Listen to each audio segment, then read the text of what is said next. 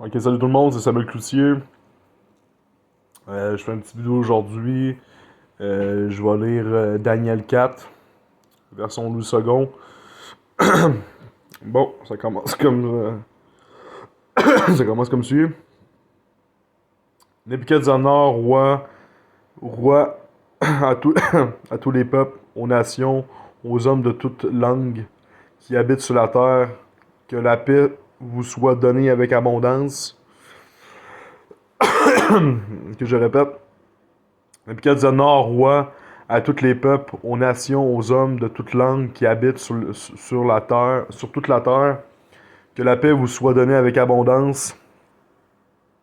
2. Il m'a semblé bon de faire connaître les signes et les prodiges que le Dieu suprême a opérés à mon égard.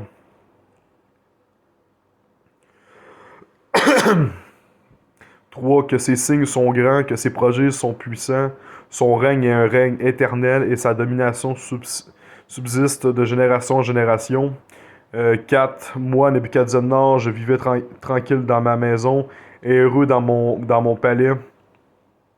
5. J'ai eu un songe qui m'a effrayé, les pensées dont j'étais poursuivi sur ma couche et les visions de mon esprit me remplissaient d'épouvante.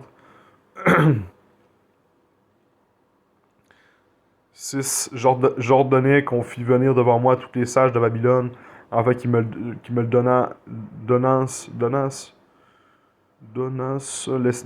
l'explication du songe. 7. Alors virent les magiciens, les astrologues, les chaldéens et les devins.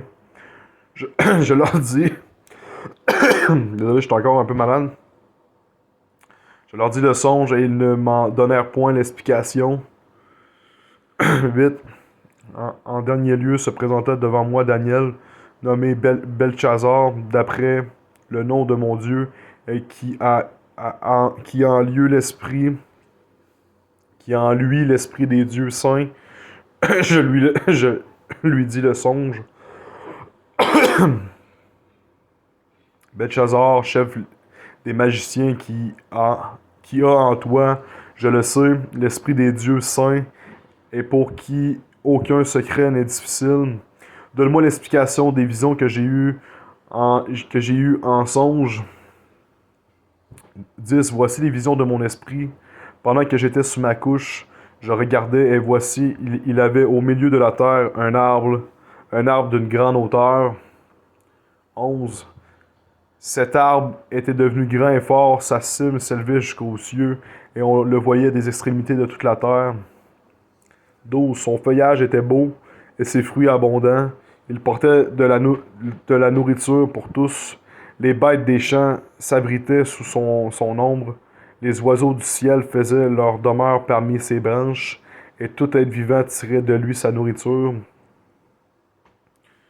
13. Dans les visions de mon esprit que j'avais sur ma couche, je regardais, voici un de ceux qui veillent et qui sont saints descendus des cieux. 14. Il criait avec une force et parlait ainsi: Abattez l'arbre et coupez ses branches, secouez le feuillage et dispersez les fruits, que les bêtes fuient de dessous et les oiseaux du milieu de ses branches.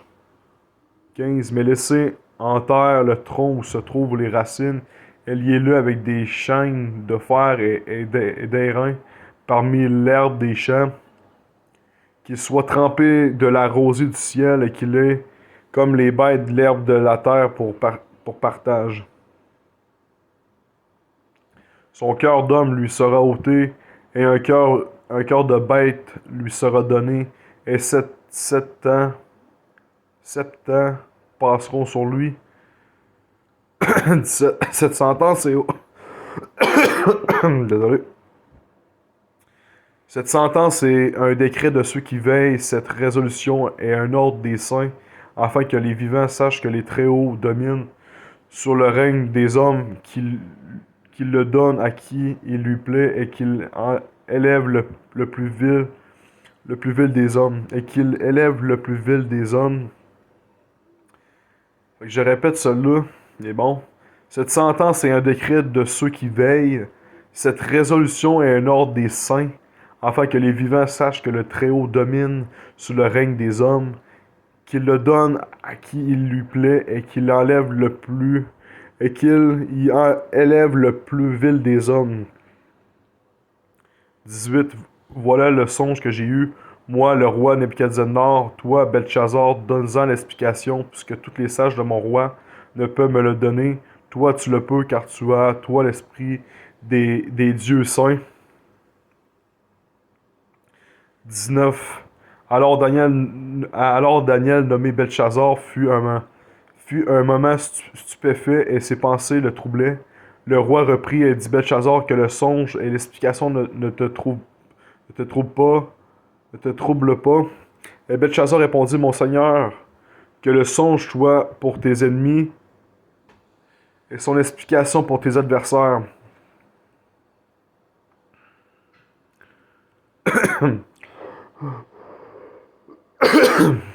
Okay. 20.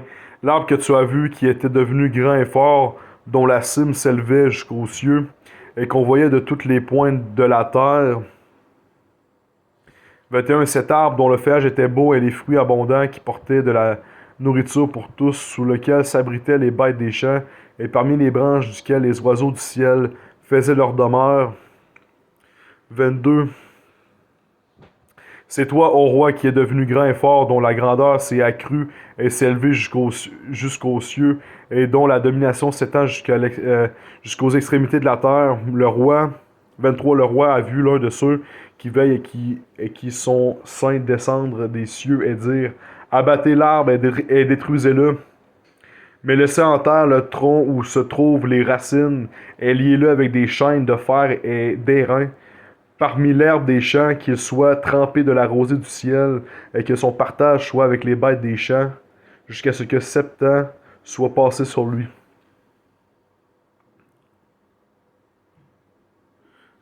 24. Voici l'explication, ô roi.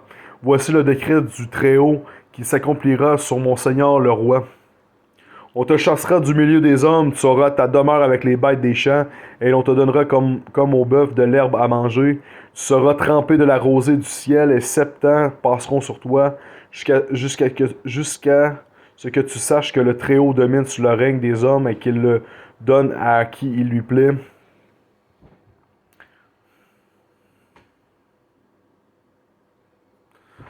« 26. Lors de laisser le tronc où se trouvent les racines de l'arbre, signifie que ton royaume te restera quand tu reconnaîtras que celui qui domine est des cieux, qui domine est dans les cieux. On répète, lors de laisser le tronc où se trouvent les racines de l'arbre, signifie que ton royaume te restera quand tu reconnaîtras que celui qui domine est dans les cieux. Fait que dans le fond, c'est comme, il dit à Nebuchadnezzar, mais tant que tu le reconnais pas, ben... Quand tu le reconnais pas, ben, tu sais, il y a quand même qui disent, l'ordre de laisser le tronc où se trouvent les racines de l'arbre signifie que ton royaume te restera quand tu reconnaîtras que celui qui domine, c'est dans le fond, tant au que tu me reconnais pas, ben ton royaume ne dominera pas, là. C'est moi qui est le plus élevé que toi. C'est moi qui domine. Fait que, ok, 27. C'est pourquoi, au roi, puisse mon conseil te plaire, mets un terme à tes péchés en pratiquant la justice et à tes iniquités, en usant de compassion envers les malheureux, et ton bonheur pourra se prolonger. Toutes ces choses, 28, toutes ces choses se sont accomplies sous le roi Nebuchadnezzar. Au bout de 12 mois, comme il se promenait dans le palais, royal à Babylone. 30. Le roi prit la parole et dit, n'est-ce pas si ici Babylone la Grande que j'ai bâtie comme résidence royale, par la puissance de ma force et par la gloire de ma magnificence. 31. La parole était encore dans la bouche du roi qu'une voix descendit du ciel. Apprends au roi Nebuchadnezzar qu'on va t'enlever le royaume. Fait que c'est une leçon, dans le fond, qui donne à Nebuchadnezzar. Fait qu'il n'a pas encore compris. 32. On te chassera du milieu des hommes, tu auras ta demeure avec les bêtes des champs. On te donnera comme au bœuf de l'herbe à manger, et 7 ans passeront sur toi jusqu'à ce que tu saches que le Très-Haut domine sur le règne des hommes et qu'il le donne à qui il lui plaît. 33. Au même instant, la parole s'accomplit sur Nebuchadnezzar. Il fut chassé du milieu des hommes. Il mangea de l'herbe comme les bœufs. Son corps fut trempé de la rosée du ciel jusqu'à ce que ses cheveux creusent comme les plumes des aigles et ses ongles comme ceux des oiseaux. 34. Après le temps marqué, moi, Nebuchadnezzar, je levai les yeux vers le ciel et la raison me revint. J'ai béni le Très-Haut. J'ai loué et glorifié celui qui vit éternellement. Celui dont la domination est une domination éternelle et dont le règne subsiste de génération en génération.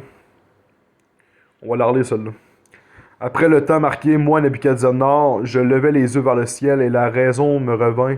J'ai béni le Très-Haut, j'ai loué et glorifié celui qui vit éternellement, celui dont la domination est une domination éternelle et dont le règne subsiste de génération en génération. Fait que dans le fond, Nebuchadnezzar, il a compris, puis il revient dans l'humilité, il donne gloire au Seigneur, puis il admet que c'est lui qui a la domination, selon lui, dont la domination est une domination éternelle, qui dit que c'est Dieu la domination éternelle, et dont le règne subsiste de génération en génération. Fait que c'est comme de génération en génération, c'est lui qui domine et qui règne. 35. Tous les habitants de la terre ne sont à ses yeux que néant. Il agit comme il agit comme il lui plaît avec l'armée des cieux et avec les habitants de la terre. Et il n'y a personne qui résiste à sa main et qui lui dise que fais-tu. En gros, ça veut dire que c'est Dieu qui décide. 36. En ce temps, la raison me revint, la gloire de mon royaume, ma magnificence. La gloire de mon royaume, ma magnificence et ma splendeur me furent rendues. Vu qu'il a été homme, il a reconnu l'Éternel. Ben Dieu il a commis sa punition. Puis il a compris, fait que Dieu il a redonné ce qu'il avait. La gloire de mon royaume, ma magnificence et ma splendeur me furent rendues. Mes conseillers et mes grands me redemandèrent. Je fus rétabli dans mon royaume et ma puissance ne fit que s'accroître. Fait que dans le fond, sa puissance elle a grandi au fil du temps à cause qu'il avait reconnu le Seigneur.